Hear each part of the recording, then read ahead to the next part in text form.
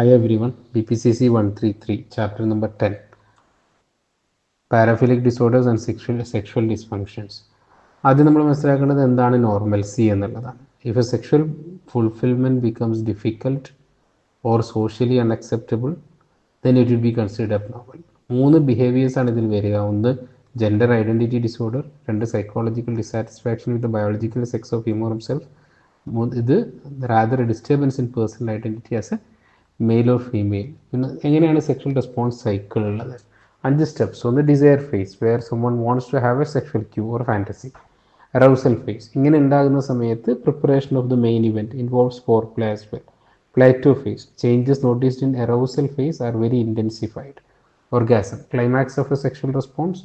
അതിനകത്ത് resolution phase, ഇത് decrease in arousal followed by the orgasm. ഇത് വളരെ ക്ലിയർ ആയിട്ട് വിസിബിൾ ആകുന്നത് മെയിലിലാണ്, ഇജാക്കുലേഷന് ശേഷം ഉണ്ടാകുന്നത്.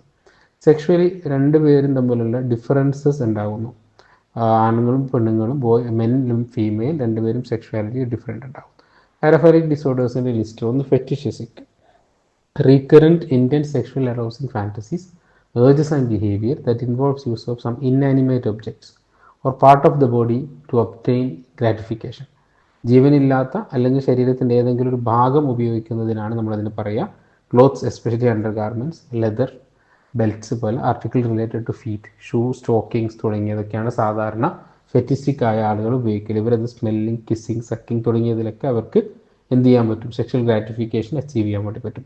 വോയറിസ്റ്റിക് എന്ന് പറഞ്ഞാൽ പീപ്പിംഗ് ടോമാണ്. ആളുകൾ സെക്ഷൽ ആക്ടിവിറ്റീസിൽ ഇൻവോൾവ് ചെയ്യുന്നത് ഒളിഞ്ഞു നോക്കുന്നതിലൂടെ, നേരിട്ട് കാണുന്നതിലൂടെ ഒളിഞ്ഞു നോക്കുന്നതിലൂടെ അവർക്ക് സെക്ഷൽ അറോസൽ സംഭവിക്കുന്നതിനെയാണ് നമ്മൾ വോയറിസ്റ്റിക് എന്ന് പറയുക. എക്സിബിഷനിസ്റ്റിക് എന്ന് പറയുന്നത് intense fantasy or behaviour to obtain sexual gratification by exposing one genital to others, usually unwilling. കാണാൻ താല്പര്യമില്ലാത്ത ഒരാൾക്ക് ബലപ്രയോഗിച്ച് സ്വന്തം ലൈംഗികത പ്രദർശിപ്പിക്കുന്ന സമയത്ത് ഉണ്ടാകുന്ന ഒരു സന്തോഷം അല്ലെങ്കിൽ ഒരു സ്വന്തം ഉണ്ടാകുന്നതിനെയാണ് നമ്മൾ എക്സിബിഷനിസ്റ്റിക്. മേജർലി മെയിൽ ഫീമെയിലും ഉണ്ടാവാറുണ്ട്. Sexual sadism and മസോച്ചിസം.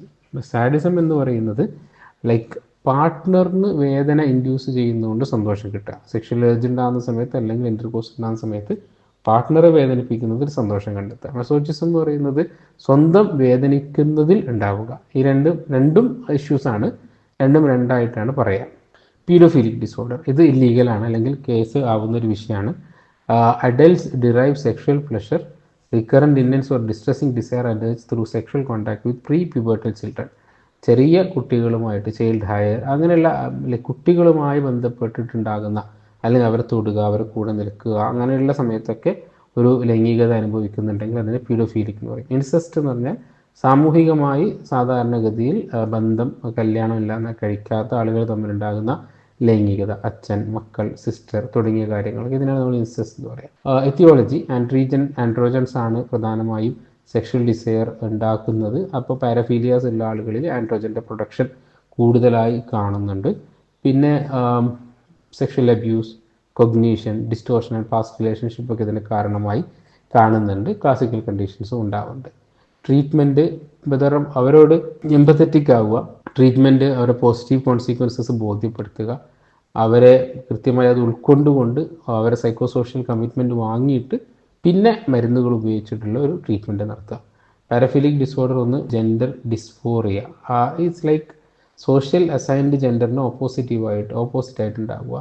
ചൈൽഡ്ഹുഡിൽ തന്നെ ആണുങ്ങൾ പെൺകുട്ടിയാവാൻ ഇഷ്ടപ്പെടുന്നു, പെൺകുട്ടി ആൺകുട്ടിയാവാൻ ഇഷ്ടപ്പെടുന്നു എന്നുള്ളത് പലപ്പോഴും നമ്മൾ കാണുന്ന ഒന്നാണ്. ട്രീറ്റ്മെൻറ്റ് എങ്ങനെയാണിത് ചെയ്യുക? 2 തരത്തിൽ. ഒന്ന് നിലവിലുള്ള ബയോളജിക്കൽ ജെൻഡറിലേക്ക് അവരെ കൊണ്ടുവരാൻ വേണ്ടി ശ്രമിക്കുക, അല്ലെങ്കിൽ അവരേത് ജെൻഡറിലേക്ക് മാറുന്നു അതൊരു gender reassignment surgery, sex transmission surgery ചെയ്തിട്ട് നടത്തുക എന്നുള്ളതാണ് റീഅസൈൻമെൻറ്റ് സർജറി.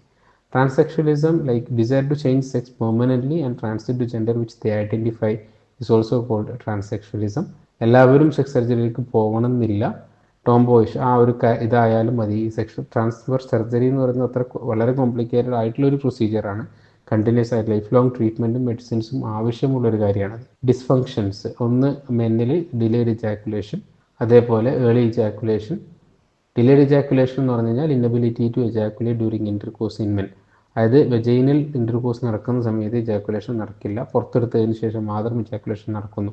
ഏർലി ഇജാക്കുലേഷൻ വളരെ കോമൺ ആയിട്ട് ഉണ്ടാകുന്ന ഒരു ഡിസോർഡർ. വളരെ പെട്ടെന്ന് either soon after the penetration or just even during the penetration ejaculation നടക്കുന്നു. പിന്നെ ഇറക്റ്റൈൽ, അതായത് ഇറക്ഷൻ ഉണ്ടാകുന്നില്ല. ജാക്കുലേഷൻ അല്ല, ഇറക്ഷൻ തന്നെ ഉണ്ടാകുന്നില്ല. ഇതാണ് ഇറക്റ്റൈൽ ഡിസോർഡർ. ഇത് മെഡിസിൻസ് ആണ് ഉപയോഗിക്കുക, ഇഞ്ചെക്ഷൻസ് ഉപയോഗിക്കും, ഈ രീതിയിലൊക്കെയാണ്. പിന്നെ ഒന്ന് ഹൈപ്പോ ആക്റ്റീവ്, ഒരു സെക്ഷൽ ഡിസയർ ഇല്ല, സെക്ഷൽ ഡിസയർ ഉണ്ടാകുന്നില്ല അല്ലെങ്കിൽ മൊത്തത്തിൽ താല്പര്യം ഉണ്ടാകുന്നില്ല. ഇതാണ് മെയിൻ ഹൈപ്പോ ആക്റ്റീവ് ഡിസോർഡർ എന്ന് പറയുന്നത്. പിന്നെ പെനിട്രേഷൻ ഡിസോർഡേഴ്സ്, അത് വജനിസ്മസ് ആണ് ഇതിന് സാധാരണ ഉണ്ടാകുന്ന ഒരു ഉദാഹരണം. അതായത് ലൈംഗികബന്ധത്തിൽ ഏർപ്പെടുമെന്ന് താല്പര്യമുണ്ടെങ്കിൽ പോലും ആ ഭാഗം ജീനൽ മസിൽസിൻ്റെ കോൺട്രാക്ഷൻ കാരണം ഇൻസേഷൻ സാധ്യമാകാതെ വരുന്നൊരു കേസ്. വളരെ നല്ല ട്രീറ്റ്മെൻറ്റ് ആവശ്യമുള്ളൊരു കേസാണത്. കാരണം അവിടെ ഒരു പെർമനൻ്റ് ആയിട്ടുള്ളൊരു ഡിസോർഡറിന് സാധ്യതയുണ്ട്. അത് നല്ല രീതിയിലുള്ള CBT ഉപയോഗിച്ചുകൊണ്ട് അതേപോലെ മസ്കുലർ റിലാക്സേഷൻ ടെക്നിക്സും ഒക്കെ ഉപയോഗിച്ചുകൊണ്ട് ട്രീറ്റ് ചെയ്യാൻ പറ്റുന്നതാണ്. പിന്നെ female orgasmic disorder, like you have no issues in pertaining to sexual arousal otherwise sensual secrecy but show recurrent delay or absence of orgasm. എക്സൈറ്റ്മെൻറ്റിന് ശേഷം ഓർഗാസം ഫേസിലേക്ക് വരാത്ത ഒരു സിറ്റുവേഷൻ. ഇത്രയും കാര്യങ്ങളാണ് ഇതിൽ പറയാനുള്ളത്. Thank you.